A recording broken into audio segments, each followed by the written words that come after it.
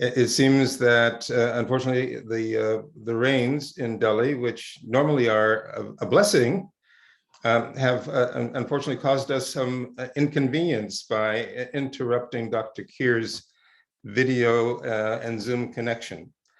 But I think so as not to waste everyone's time, perhaps I can begin my remarks and hope that Dr. Keir will be able to rejoin us shortly.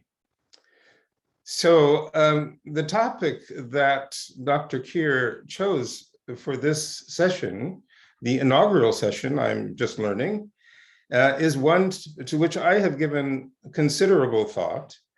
I confess that much of my thinking has been informed by the work and the reflections of my colleagues at the United States Institute of Peace, where I serve as vice chair of the board of directors. But I wish to make clear that the views I express here today are in fact my own. Over the past month, as you all well know, we here in the United States have been called upon to reflect on two significant and closely related historical milestones. The first is the 20th anniversary of 9/11, which was the deadliest foreign attack on American soil since Pearl Harbor in December of 1941. The second was the ending, after 20 years, of the American military intervention in Afghanistan, which marked the end of the longest military engagement in US history, and which inevitably recalled the circumstances surrounding the US departure from Vietnam in 1975. These historical milestones naturally lead us to the question of what we have learned over the past 20 years about the nature of the threat posed by global terrorism and how to address it.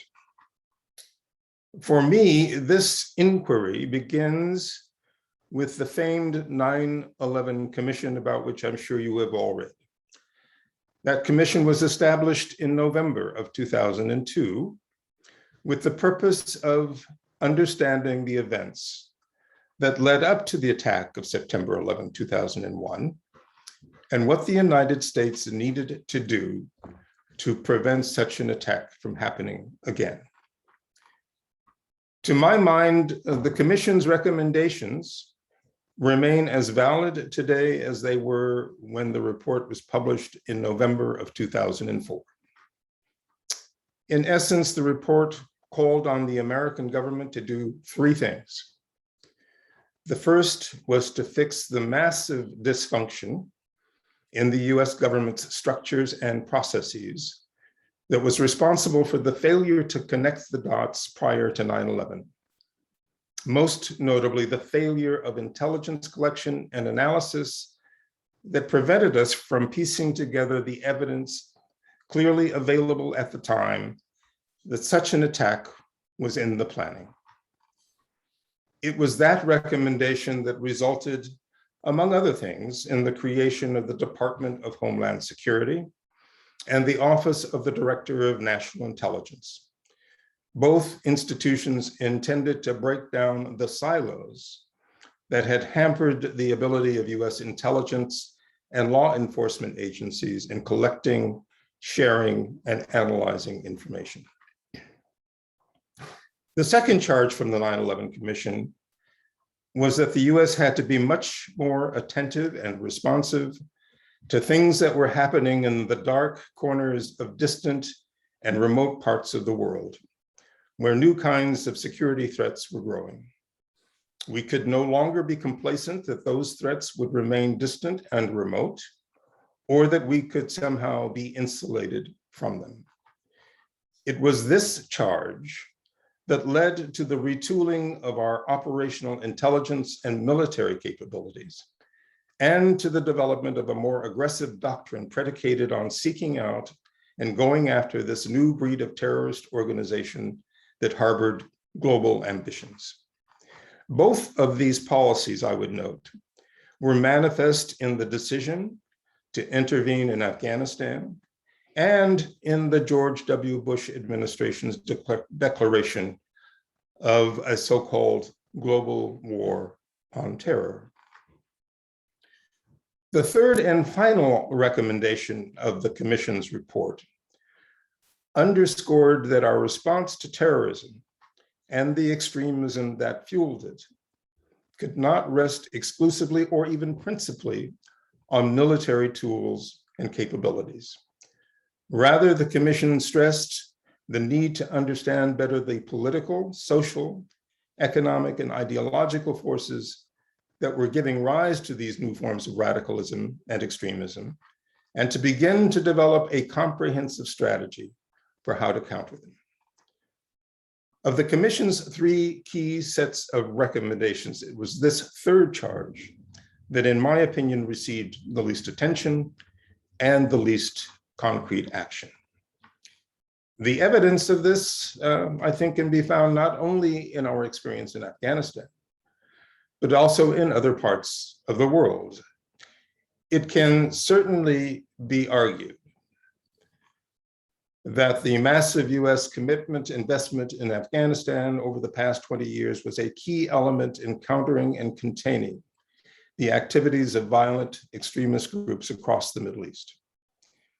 It can also be argued that the 20-year effort in Afghanistan bought time for the US and its allies and partners to construct a global apparatus to monitor terrorist activity more effectively all around the world.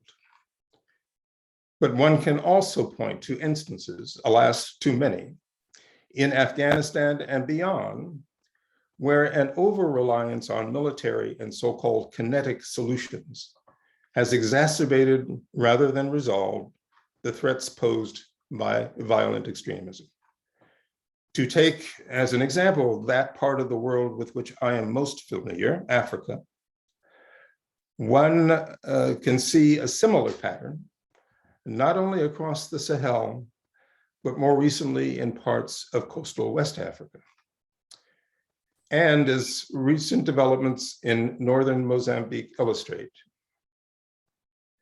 despite the efforts of the past 20 years, violent extremism continues to spread.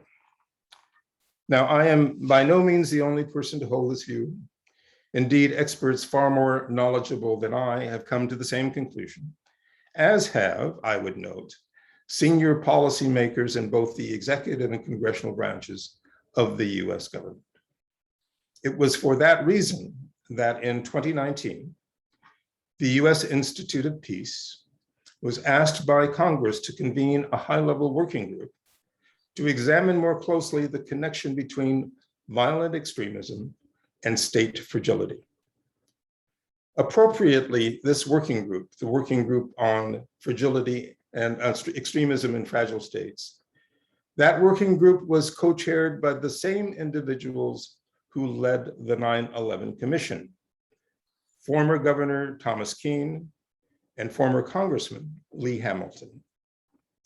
The working group's report, in fact, picked up where the 9/11 Commission report left off, with a stark reminder that the challenge of violent extremism could not and would not be solved by the resort to military means and military force alone, and that greater attention needed to be focused on the root causes of extremism and how those radical views are fanned and exploited for violent purposes. The report highlighted the fact that the appeal of extremist ideologies is greatest in places where governing institutions exhibit the greatest weakness and fragility, and where corruption, repression, and inequality are most prevalent. In short, violent extremism is a complex threat that is the manifestation of a complex political, social, and economic reality. And for that reason, it is a threat that requires a comprehensive and integrated approach that harnesses all instruments of power and that privileges our diplomatic development and peace-building capacities over military ones. Now, I think it's important to note that unusually for reports of this kind, the report on extremism in fragile states was quickly embraced and endorsed by a bipartisan coalition of US senators and representatives, and its principal findings were subsequently embodied in the Global Fragility Act, which was signed into law by President Donald Trump on December 20th, 2020. The act has thus become and established a critical framework for bringing greater focus and coherence to efforts by the US government to prevent violent extremism by addressing the closely linked challenges of state fragility, violent conflict, and post-conflict stabilization. As such, I believe it will continue to serve as a guide for the future of US peace-building efforts and to how the US works both nationally and multilaterally to respond to the continuing threat posed by extremist ideologies and the violence they generate. With those remarks, I would like to pause and to turn to your questions. Thank you, Dr. Keir. Thank you so much, sir, for taking the charge. Otherwise, we are facing the network issues. We are very grateful to you for that help. Sir, I would also like to inform you that we have been joined by some dignitaries from India itself, which includes Professor Rajesh Rajagopalan.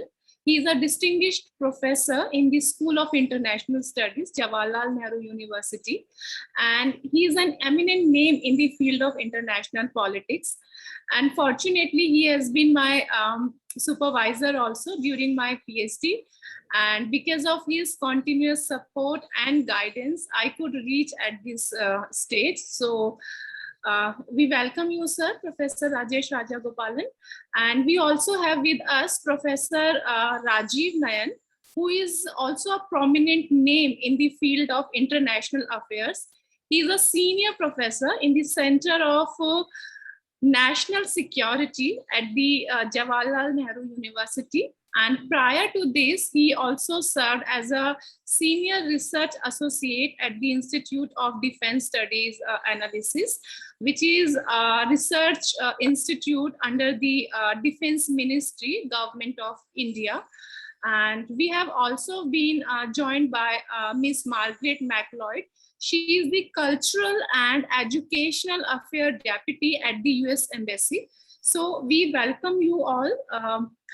Sir, because we are running short of time, so now we will directly switch to the question answer round.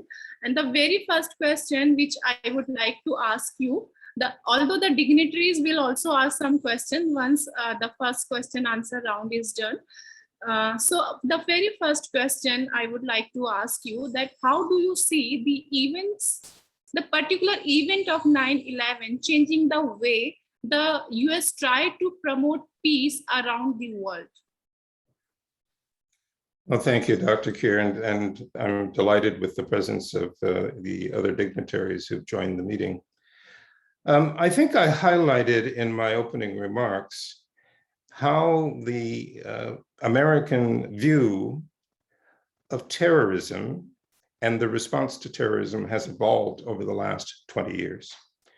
I think it's understandable in the way that the initial response was a military one. Indeed, I think in the circumstances, a military one was the only response to the threat that was posed by the presence of Al-Qaeda in Taliban-controlled Afghanistan. But I also think, as I pointed out, that one of the missed opportunities over the past 20 years was the failure to focus on that dimension of the 9/11 Commission report that highlighted the necessity for the United States to develop a non-military response to the sources and the drivers of extremism. And I will also have to say that what happened over the course of those 20 years, that in many cases, the privileging of a military response has in fact contributed to, rather than resolved, the challenges we face in addressing violent extremism. At one level, I think those lessons now have been learned. But I think the fact that the recommendations of the Global Fragility Act were so quickly embraced by a bipartisan group of members of our Congress and endorsed indeed by the outgoing Trump administration, as well as the incoming Biden administration, is an indication that people realize that we need to evolve beyond the experience that we have had in many parts of the world over the last 20 years, particularly, I think, in Afghanistan, but not exclusively so. But as we all know, there is a significant gap between the learning of a lesson and the application of what we have learned to our policies and our practices and our processes. And I think that is where we are now. We are at a moment where we need now to translate the lessons that were drawn from that experience and as were documented in the report of the working group on extremism in fragile states, and to translate that into policies and programs which will in fact begin to get at the root causes of extremism and terrorism, and to do so in a way that enhances the resilience of our partners around the world. And here I think particularly of our partners in the developing world, who are the most challenged in dealing with these threats. And that is precisely because we know they are the ones who lack the capacities, the resources, and the means to deal effectively with this pernicious threat of terrorism and extremism. Let me stop there. Yeah, so you mentioned about the US military withdrawal from Afghanistan. So does this military withdrawal from Afghanistan marks an end to US policy of peace building? Does it?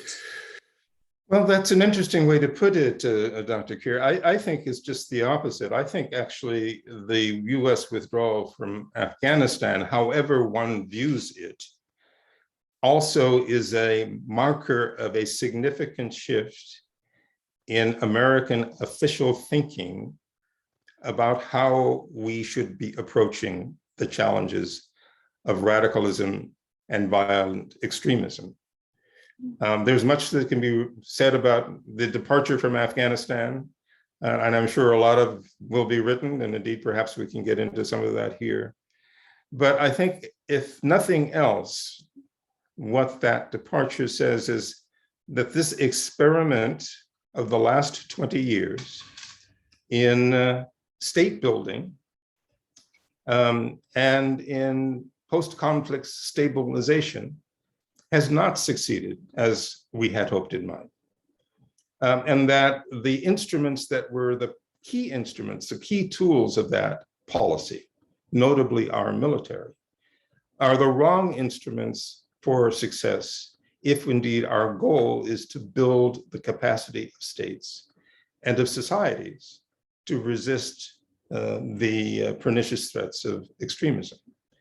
And so what I think one will see going forward is perhaps a move away from these policies of state building and stabilization on a grand scale, certainly as represented by what we attempted and failed to do, frankly, in Afghanistan, and a move towards more strategic and targeted and judicious efforts to address the challenges of extremism precisely by employing all of the means that are at our disposal. And most notably, our capacities, our diplomatic capacities, our public diplomacy capacities, our developmental capacities, and speaking on behalf of the US Institute of Peace, our peace building capacity. We have learned a great deal over the last 20 years. Indeed, over the past 40 years, since the US Institute of Peace was established,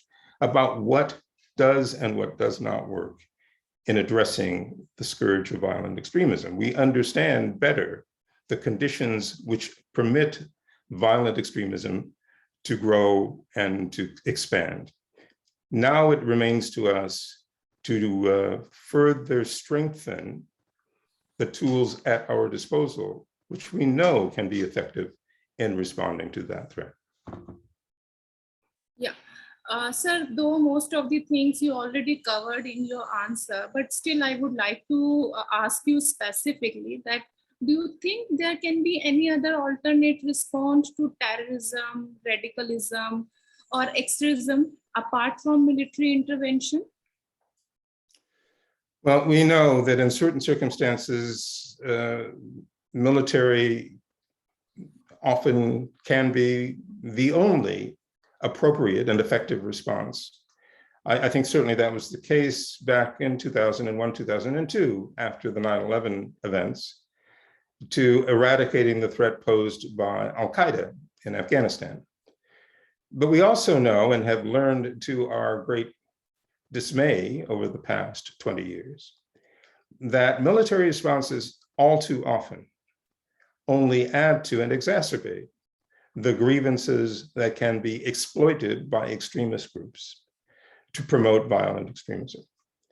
I think we have all read with great regret the stories from Afghanistan, the numbers of Afghans who were the unfortunate victims of American and allied military engagements. Now, understanding that in any conflict, there will always be some victims, unintended victims of war. Nevertheless, I think as we have listened to the voices of Afghans, we have learned that they did not view the US presence in Afghanistan as a stabilizing one, as one that was bringing them security and a better form of life. That on the contrary, they saw themselves as all too often the innocent and unintended victims of American military activity. And I think above all, our own military has recognized that this is a strategy that simply cannot work. Increasingly, they have turned to colleagues in the State Department and USAID, and indeed to those of us at the US Institute of Peace to say, we cannot carry the burden of this responsibility. This is a responsibility that rightly belongs elsewhere and that requires a different solution from the one that you have proposed that we pursue.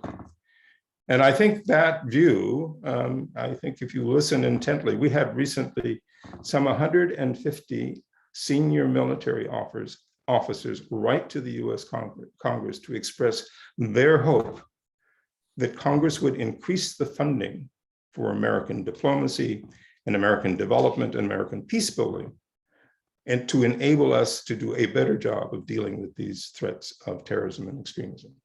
And to my mind, that is a clear indication that at one level, at that intellectual level, we have indeed understood the need to change our approach, to shift our approach.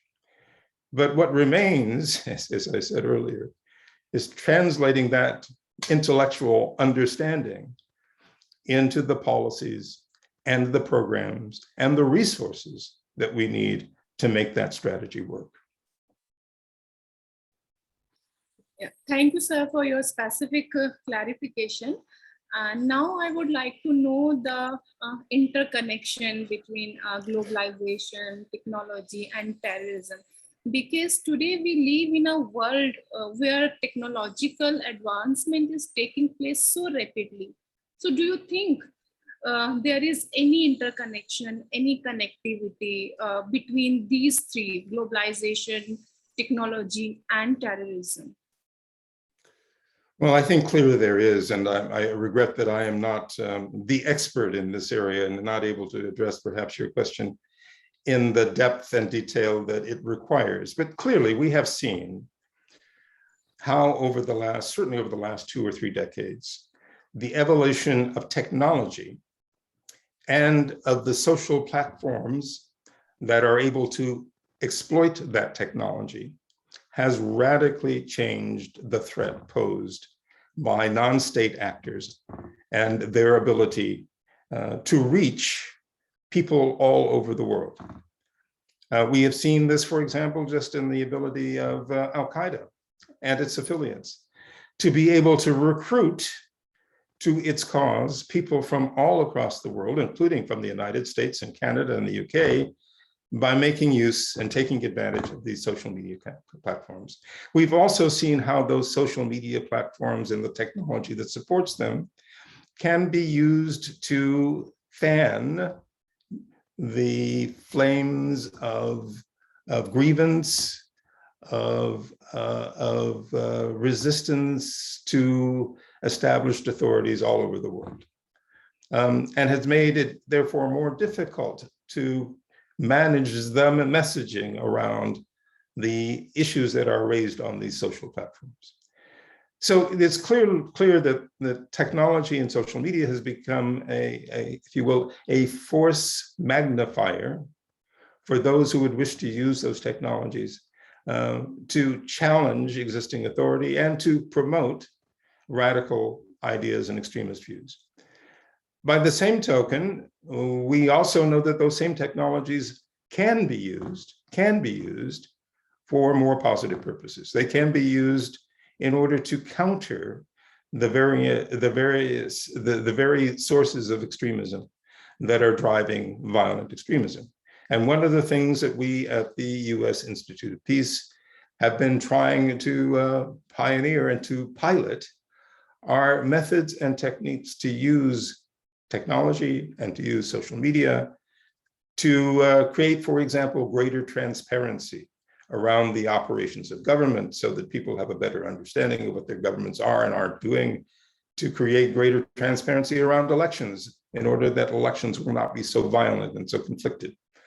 So we have a possibility here, and we need to be doing much more in this area.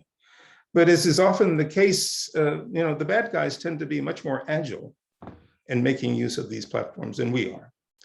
They are not constrained by laws or bureaucracies or ethical niceties in the ways in which they use these technologies. Whereas we, those of us in government and intergovernmental organizations, have to follow certain rules and regulations and procedures and ethics. But we need not to allow that to prevent us from being creative, more aggressive, and more serious about using these technologies and these social media platforms for good in helping us counter violent extremism. Thank you, sir. Indeed, the technology has a very important role to play in present globalized world in a very positive way itself. And the globalization itself has brought India and US closer also. And the tragic event of 9/11 changed the bilateral equation between the two nations, US and India. And India is also emerging as a global power. So do you think both these nations can play an important role in countering terrorism? Moreover, in this entire process of US peace building, where does India stand? Since India is also been a major victim of terrorism like US, so do you think there can be any collaboration between these two states taking place in future to fight against terrorism? Well, indeed. And to your point, Dr. Keir, we know that India has suffered far more than the United States when it comes to the assaults and the attacks and the aggressions of terrorism. And we respect greatly the ways in which India has attempted to deal with those threats in the context of its democratic norms and values and institutions. And it is for that reason that India has been and will continue to be a major partner for the United States, not only in regard to this issue of terrorism, but in other geostrategic and security ways as well. And we have seen this reflected just very recently in the conversations that have taken place between Prime Minister Modi and President Biden. India is and will continue to be a key partner for the United States not only in the immediate region of Asia and South Asia, but more broadly, as we seek to understand and we seek to develop strategies for opposing the spread of violent extremism. And if we will look in many respects to India's own experience to help us better understand how to deal with that threat. I think we all have, however, much to learn about the strategies that work, but as well those that do not. We all have, I think, a great deal to learn about resisting the reflex to resort immediately to the methods of the military or of our intelligence communities in order to deal with those threats. As I said, it is often the case that those responses are both necessary and appropriate. But for the longer term, we know that we both need to become much more savvy, much smarter, and much more strategic in the ways in which we respond. Thank you, sir. Sir, now I would like to know the future of US peace building policy, especially the kind of role which US recently played in Afghanistan, the withdrawal of its military. So what is the future of US peace building policy? I think what we are going to see going forward, certainly from the US, and I think from the US very much in a collaborative mode with its partners, looking for ways to understand those forces and those factors which are driving people, and particularly youth, in the direction of extremist views and violence. And we know, I will cite the example of Mali in West Africa. We know that much of the success of the violent extremist group that operates there, Al-Qaeda in the Maghreb, owes to the fact that economic and social conditions in Mali, and particularly in northern Mali, are dire. And that too has actually been exacerbated by another phenomenon that we all must deal with urgently, which is climate change. We know that climate change has reduced the opportunities among youth and young men in particular for employment and a decent life. And we know that Al-Qaeda in the Maghreb has been very successful, going back to the use of social media, very successful in recruiting those youth to their cause of violent extremism. So we know what is driving this trend in Mali. And we also know that we have the means to counter that. We have the kinds of developmental programs that could provide opportunities and employment for youth.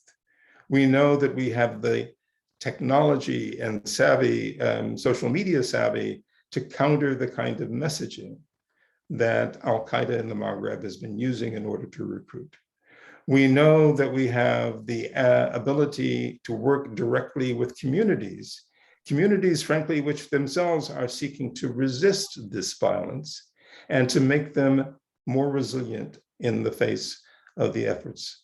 So it's a question, therefore, not simply of understanding and knowing and having learned these lessons, but of being much more focused and vigorous in applying them and in giving them the resources that they desperately need and deserve if they're going to be successful.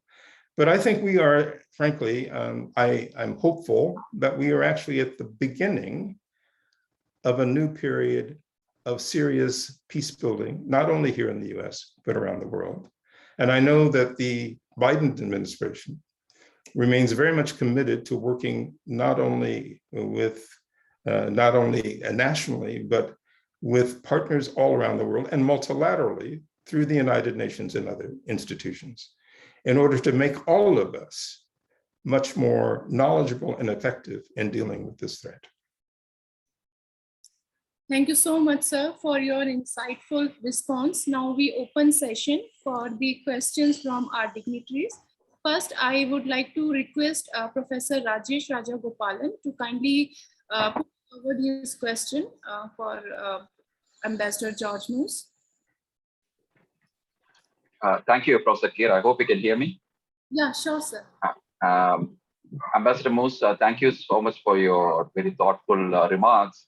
I have a question that takes off from Professor Keir's question about the future of U.S. Peace building efforts, especially when it comes to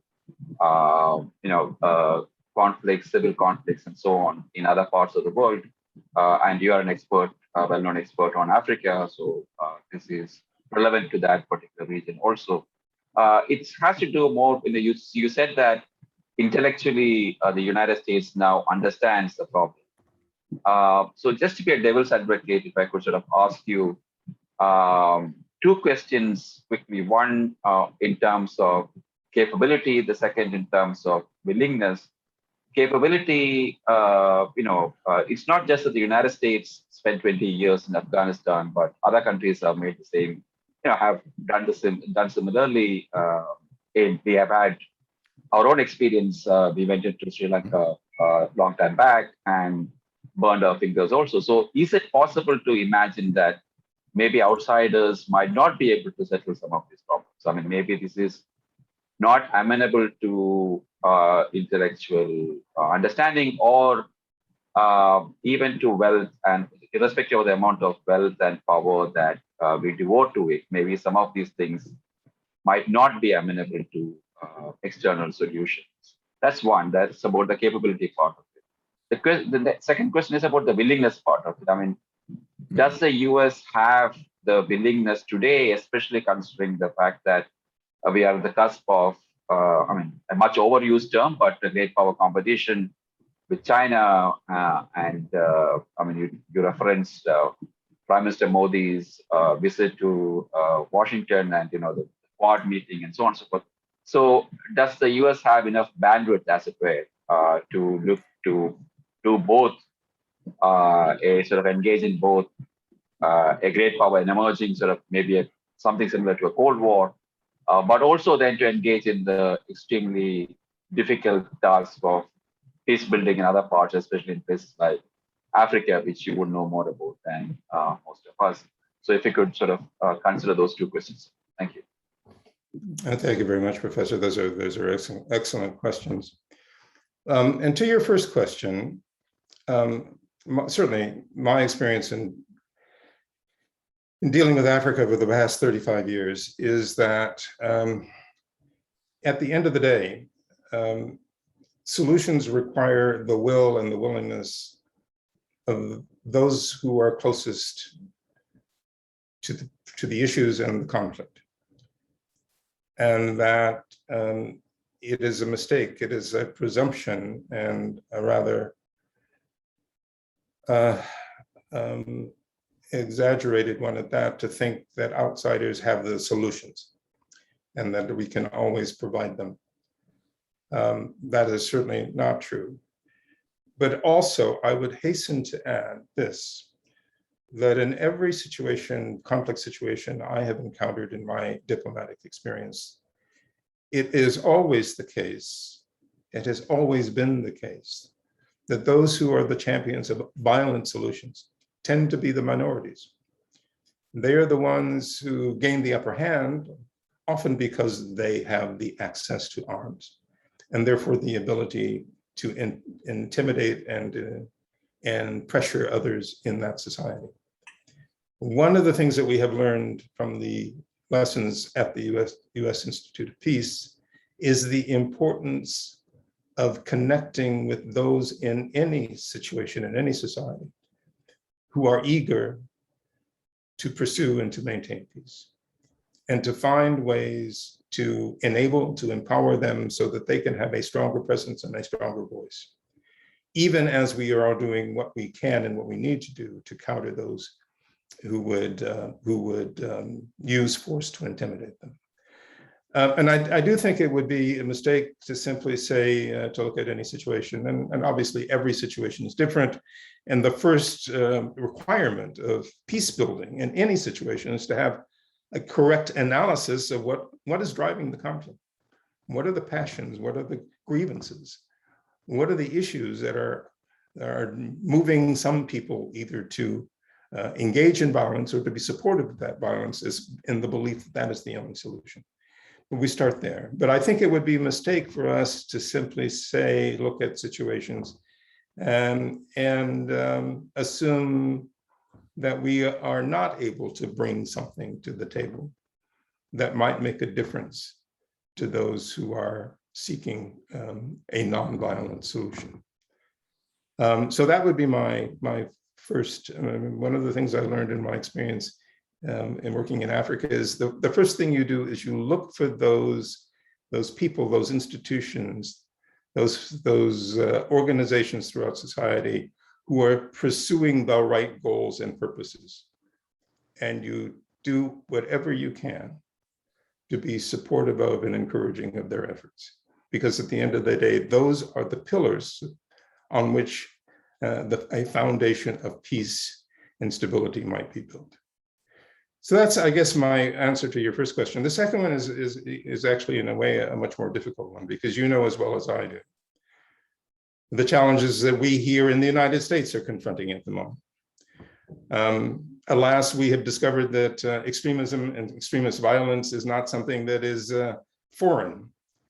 We have our own versions of violent extremism right here at home, and that extremism has certainly grown over the last decade or two. And we need to figure out how we are going to deal with that, if indeed we're going to heal the wounds in our own society that enable us both to present ourselves as a whole and functioning and healthy democracy, but also how do we then take our capabilities and project them internationally. And I think if you listen, of course, to President Biden and just about every speech he delivers, he will address that need for us to first and foremost heal ourselves if we are indeed going to be able to be of any relevance and of any assistance to our friends and our partners around the world. I think that in some respects is underway, but I will not underestimate the difficulty of achieving that goal. And then there are the practical realities that you were also aware of. We have not done well in the way we have managed this pandemic of COVID. It is ironic in a way to look around, if you look at the map of the world and which identifies the COVID hotspots, to see the United States standing out in bright red, notwithstanding our enormous capabilities and our resources and our wealth and our much vaunted health system. So again, we have challenges here at home that people are rightly saying we need to address. But I think we are also smart enough to know, and certainly our leadership, political leadership, is smart enough to understand, that for us to succeed in our own purposes and mission at home, we need to also be supporting efforts around the world that address the many different complex realities that are threatening our friends and our partners. And that starts, of course, with COVID, but it moves on to climate change, and certainly extends to the challenge posed by the ever persistent and pernicious threat of violent extremism. It is interesting to me, again, if you look at the response of the members of our Congress, that the support for the initiatives to deal with violent extremism has been bipartisan in nature, and that notwithstanding the demands for the funding of programs here at home, there has been strong support for the continued funding and indeed the expanded funding of our international programs and activities that are aimed at dealing and addressing with precisely these challenges. So I'm hopeful, but I do not in any way underestimate the difficulty of the challenge that we confront here in the United States, both to our capacities and to our willingness. Thank you, sir. Thank you for your thoughtful response. Now I request Professor Rajiv Nayan to ask your question to Ambassador George Moose. Thank you, Dr. Keir. And thank you, Professor Moose, for giving very illuminating presentation and really taking up questions and explaining it so well that we are really enlightened by all the explanations. So thank you very much for that. I have a couple of questions, but before that, I have just a small clarification. I am not professor of Jawaharlal Nehru University. I would like to join Professor Raja Gopalan, but yeah, I'm just waiting. So that's now. Now my question is about the relationship between peace building and nation building. And in the light of the statement made by President Biden, he said that we went to Afghanistan to fight terrorism, to counter terrorism, not to build nation, and not to fight insurgency. Do you really think without helping nation building, peace building can be made? And how faulty the approach could be if just you were targeting peace building without having any thought of nation building? And I know there is a debate inside the US academic community, and many of them believe that outsiders have no role to play in nation building. And so means international organizations do not have. But what are your views on that? Second question is about, you refer to the report, Yes. as USIP report. And one of the, I think the issues of the report is about the root cause of terrorism. Yes. How do you think? But do you think just addressing, just poking the root cause, are you not justifying terrorism? It means you are not interested in fighting. You are just saying, okay, terrorism is happening because there are root causes. I think sometimes terrorists use this excuse to perpetrate terrorism. So how do you think? So should we really be serious about root causes? Should be serious about fighting terrorism? This is one question which is dogging us also, haunting us also. Sometimes you find people justifying terrorism in the name of just not addressing the root cause. So these are my two simple questions. I will be looking for your answer. Thank you. Thank you very much, Professor Nayan. And your questions are anything but simple. And they are indeed questions that are consuming, as you rightly point out, our policy and academic and scholarly communities in India as they are in the United States. And so to start with this question that you posed about what is the relationship between nation building and peace building? And can they in any way be disaggregated and separated? Can one do one without the other? I would certainly say, and look, I am not the academic scholarly expert in this field, but what I can say from my own experience is this. We have engaged in and witnessed many experiments, I would call them that, and how one strengthens the instruments of the state, the bureaucratic, the administrative capacities of the state, in order to make it more competent in being able to perform the functions that we think a state should perform, maintaining law and order, delivering education and health and other services. And clearly that is a requirement ultimately of any state. Any state to survive has to have a certain capacity and competence in order to be able to do those things. But we had also seen that often those efforts at state building are counter to another important dimension of social cohesion, which is the communities of those who are governed by this state. And unless there is a connection between the one and the other, it seems almost certain that that effort will fail. And what we are suggesting here is not that we abandon the needs to help find ways to strengthen the capacities of the state, but to make sure that we are also strengthening the capacities of the society, the communities, which ultimately are the strength of any state. You cannot function, the state cannot function without some connection to, without some credibility and legitimacy in the eyes of the people it is seeking to govern and rule over.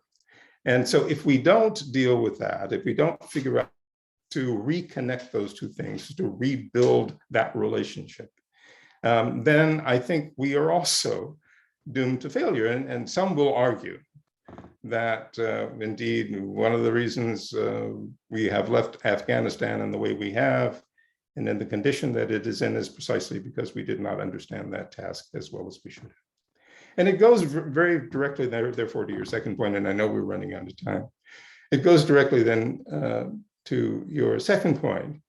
Yeah, and I've tried along the way to acknowledge that certainly, look, there are certain situations, if your house is burning down, you don't then take that moment to go around and say, well, gee, how did this fire start? Your first obligation is to put the fire out, and by whatever means necessary. And certainly if one could apply that metaphor and that analogy, one has to say the same thing about terrorism. And it goes back to what we were talking about in 9/11. We had no choice, we felt, in the United States, but to go after Al-Qaeda in Afghanistan, because if we failed to do so, we were certain to see a repetition of what we saw on 9/11. But so that response was a necessary one, but an insufficient one. It was insufficient because it failed to help us understand and address, where were these people coming from and why were they coming? And why were they motivated to do what they were doing? And so, I mean, the simplest part of the answer, and it's something I've said before in the course of my comments, is yes, you can't just spend your time looking after trying to find and identify and deal with the root causes, because we know that that is a generational effort. That is an effort that is going to take time, because it takes time to build a sense of relationship with communities, a sense of capacity with communities, a sense of identity among communities, and a sense of resilience among those communities. That's an effort that we know is going to take time, and we know that we cannot do that as outsiders. We can contribute to it, we can support it, we can encourage it, we can help fund it, but at the end of the day, that is an effort that has to be a local and a community effort. But if we don't figure out how we do those two things together, then we are going to fail. And that, I think, is one of the lessons too that we've learned over the past 12 years. Thank you, Ambassador Moose, for your humbleness and kindness that you responded each and every questions raised by us. So we are really grateful to you for your kindness. And we are equally thankful to Professor Rajesh Rajagopalan and Rajiv Nayan sir for raising some remarkable questions and making this interaction more interesting. And though we are getting many more requests for the questions, but since Ambassador Moose has some other engagements and we are already running short of time, so we won't be able to accommodate all the questions in this segment. And we are almost reached to the concluding segment of this session, which is the vote of thanks. And this process of thanking all the participants present here. First and foremost, of course, I would like to extend my heartiest gratitude to Ambassador George Moose for accepting our invitation and taking time out from his busy schedule. Sir, this event wouldn't have been possible without you. Thank you so very much for such an erudite session. I'm sure all the participants have gained immensely from your valuable insights on US peacebuilding policy and enjoyed the session thoroughly. We really look forward to having you with us again in the future. Thank you so very much, sir. I would also like to take this opportunity to thank Professor Rajesh Rajagopalan and Rajiv Nayan sir for their contribution today, making this event more interesting, more live. And of course, and indeed their presence has indeed the quality and the honor of this event. I would also like to thank Miss Margaret McLeod from US Embassy and other representatives from the US Embassy for joining us today and contributing to the session. A sincere thanks to the principal of ARSD College, Professor Gyanutosh Jha, for his continuous support and guidance. I would also like to express my gratitude to all the delegates present here today for this session, not only from India, but across the world. Professor Aditi Acharya, Maharaja Siyajirao University, Gujarat, Ayushi Ketkar, Professor at JNU, Professor Asha Pandey, Hindi Department, ARSD College, Professor Sunita Bansal, Commerce Department, ARSD College, Professor Sanjeev Kumar Bakroti, Guwahati University, Mrs. Sudha Bande, Program Operation Manager at Little Rock, Arkansas, Dr. Sara Marcos, who is a doctor at Lisboa Hospital, Portugal, Miss Catherine Matthew, she is a research scholar from Zimbabwe, Professor Sindhu Kapoor, she is a faculty at University of Jammu, Dr. Gitanjali Goswami, she is an independent researcher in Sri Lanka, Dr. Manjri, she is assistant professor in B.R. Ambedkar University, Lucknow, Dr. Muzaffar Hussain, he is assistant professor at University of Hyderabad, Madam Sugandhi Kapoor, she is vice president at Oriental Black Swan, which is one of the leading publishing house in India. Friends, your presence and participation has made this event a great success.